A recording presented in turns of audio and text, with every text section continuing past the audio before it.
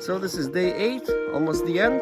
Today's gonna be a longish day, 15 miles. It's gonna be the longest one, the biggest distance I guess we have to cover. Although it shouldn't be too much of a problem. I mean, if the weather conditions stay nice and smooth like right now, then it's gonna be no problem at all.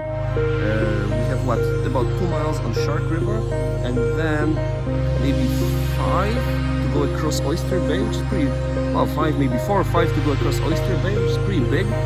So that's a bit of an open surface, so if it gets windy it could become a little tricky, but there's a lot of islands on either end, so we can always stick to those and stay out of the wind to make it an easier crossing. And after that is Joe River, all the way to South Joe Chiki, and that's going to be the final campsite of this trip.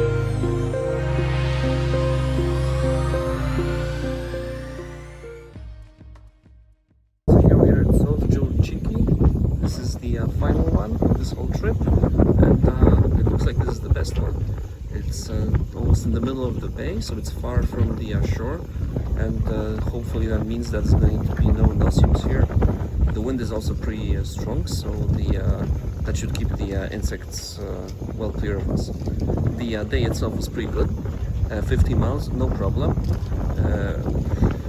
Yeah, no problem at all. Don't even feel very tired.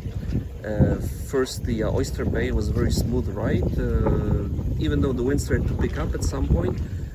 Thanks to all the islands that were along the eastern edge, we were able to skirt them and stay in cold water, so it was made for very quick going. The only tricky part there was navigation, and you really had to make an effort to make sure that you were on the right track.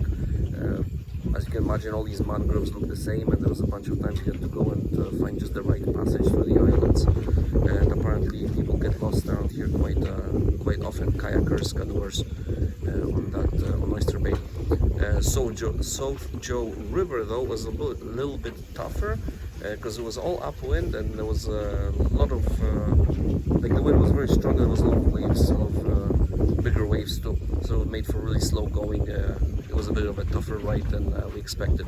Anyways, overall, good day, lots of dolphins, and a great Chiki to end the trip on.